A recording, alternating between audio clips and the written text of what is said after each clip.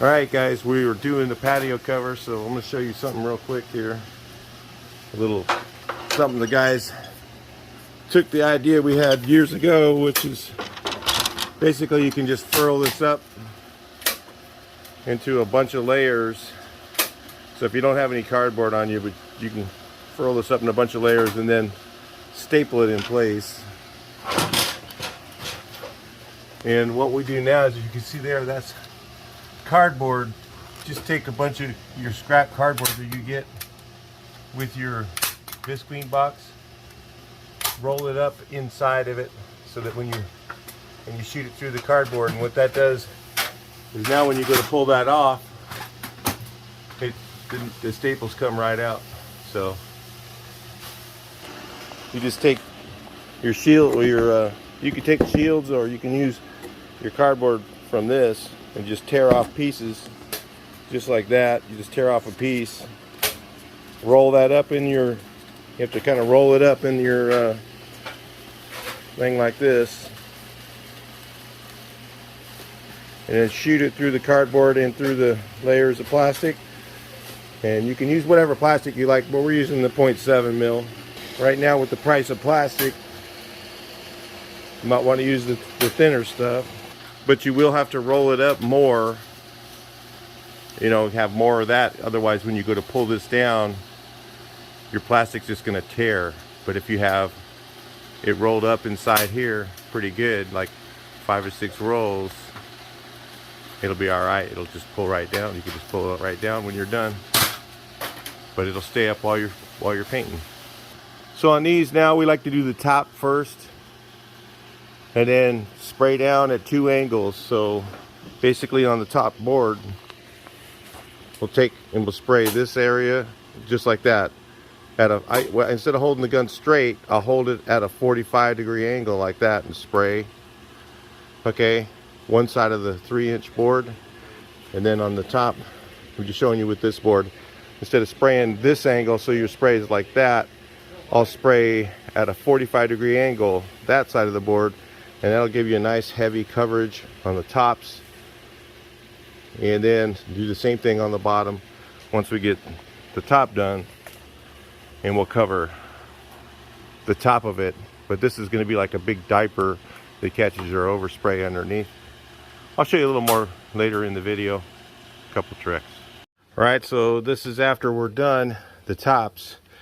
So we sprayed this direction with a 315, let it completely dry, and then sprayed this direction with a 315. Now we're going to do the bottom the same way. So we don't want to put it on too heavy. You don't want to get to where it's alligatored out and all that, and you're cracking and it's on too heavy. So you got to get it under just right like this, nice, and you know, this is a heavy coat, and all this here is hit twice too from above. And we'll go from underneath, spray 2 coats going upward at 2 angles from underneath, and then everything's well coated, so all the paint that falls out ends up on this plastic here that's underneath. I got stuff out here, there's no paint on anything, on any bushes, any of that stuff. We just covered the ground for this is eye wash. This didn't even need to be done because it's all getting caught up in there. But this is a high net worth house. This is the view out there. So you got to cover up stuff even though it doesn't need to be done on something like this. And you just charge them a little more for it. That's all the only thing you can do. So we already painted this down here while we're waiting for that to dry, because we let it completely dry between coats. Now we're going to let these plastic dry for a little bit, and we'll pull all our plastic down. We'll do the same thing. We're going to cover on the top. Once that's completely dry, we'll cover the top, and we'll do the same thing. And then again, see, like these bushes, then we'll cover these just in case. Even this here, we're going to have to cover all this, because we're actually going to put some semi-transparent stain on that. Maybe we'll show that, I don't know, in a video. And then we did our columns. We're waiting, just get a coat on them, and we're going to hit them all again anyway. And you can see there's nothing on any plants anywhere. Let's go out here where they're exposed. Okay, there's nothing on that plant, nothing, and it's only just a few feet away because you use gun control to do it. Gun control, low pressure. I was using one of these type of poles where you put a clamp on gun on there because I have to go from a handgun to a, from a pole gun to a handgun and back and forth to do all the handwork, because all the edges and stuff like that would do it. Cardboard shield, low pressure. I'll show you a little shot of the pressure. All right, I'll have nothing covered. See how close I am? Just pressure's just right. Gun set up real nice. If you look at my gun setup videos, this shows you this right here. And I just sprayed that with the bushes right here, and there is absolutely nothing on them. So guys will tell you, oh, you're getting overspraying the bushes. Well, that's you, not me. I don't get no overspraying nothing. When I leave a house, it's just like when I got before I started.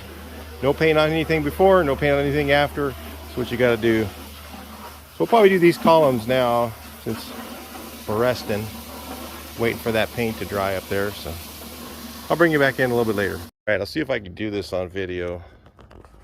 It's really hard to do because I need both my hands. One hand I like to hold my line with, but when I paint these corners, I don't paint this direction. Okay, when you spray that way, your fan's gonna blow off the edge. So I'll go at a 45-degree angle. See that? My spray gun at a 45, like that. I have to watch my spray the whole time. You gotta have good hand-to-eye coordination. So here we go. And again, we'll look at the bushes. You guys think I'm getting paint on there. It's not blowing off the edge. So that's how I do those. And then I'll go back and still catch these with a roller, face them up real quick, get the shadows and all that real nice. And trying to get in these corners is always hard, but you can do the same thing. Instead of going like this, you go 45, spraying the corners, and that way you don't blow off the edge, even with the small tip, or the bigger tip. I mean, I've done that with a 619 before. When I was younger, I didn't want to change tips. I'd just stay with the big one and 45 it, go faster. All right, so check that out. That's painted solid. 2 coats on everything up here. This is brand new wood.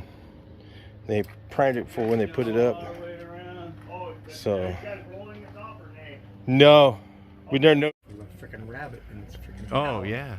It's been a while. There's a hawk out here. Kind of cool. She's looking at us. Oh, there she goes. They're big. All right, guys. So I wasn't able to film the rest of the patio cover after we were done. My truck has been down here.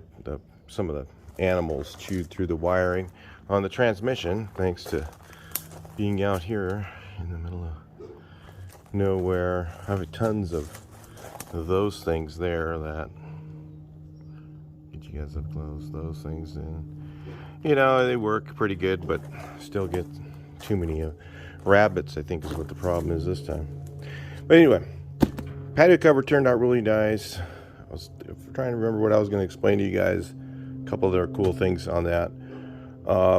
It's got full coverage, had a lot of new wood. A lot of people will say, hey, maybe it was cheaper to go with an aluma wood patio cover.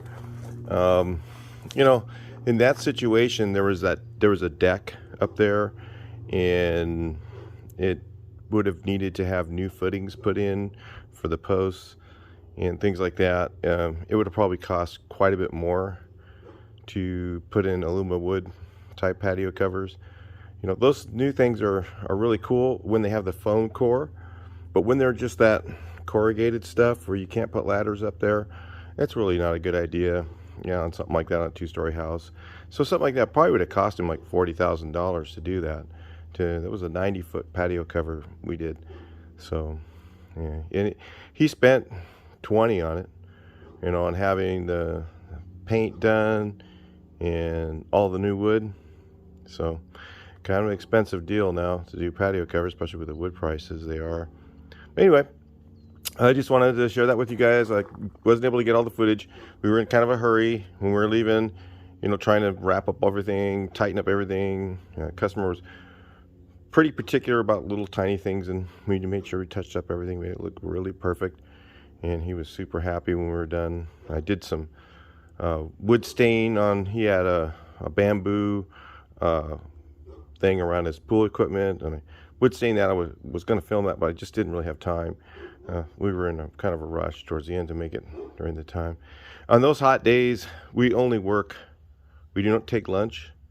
We work from 7 in the morning, which is the first amount of time you can work in that city without, you know, make noise or whatever, until around 12 or 1 o'clock, because it was 108, 109 every day. And when it's like that, you know, it's better to, we found if we took a lunch break and took breaks or whatever, like normal people, normal jobs do, then we'd work into the heat, and it was just a complete waste of time. We wouldn't get any more done. We'd get less done. So it's easier to just work until noon, 1 o'clock, turn it off, haul ass, and that's how you do it. So that's what we do. Anyway, I'll talk to you in the next video. Hope that helps. Talk to you. Please like, share, and subscribe.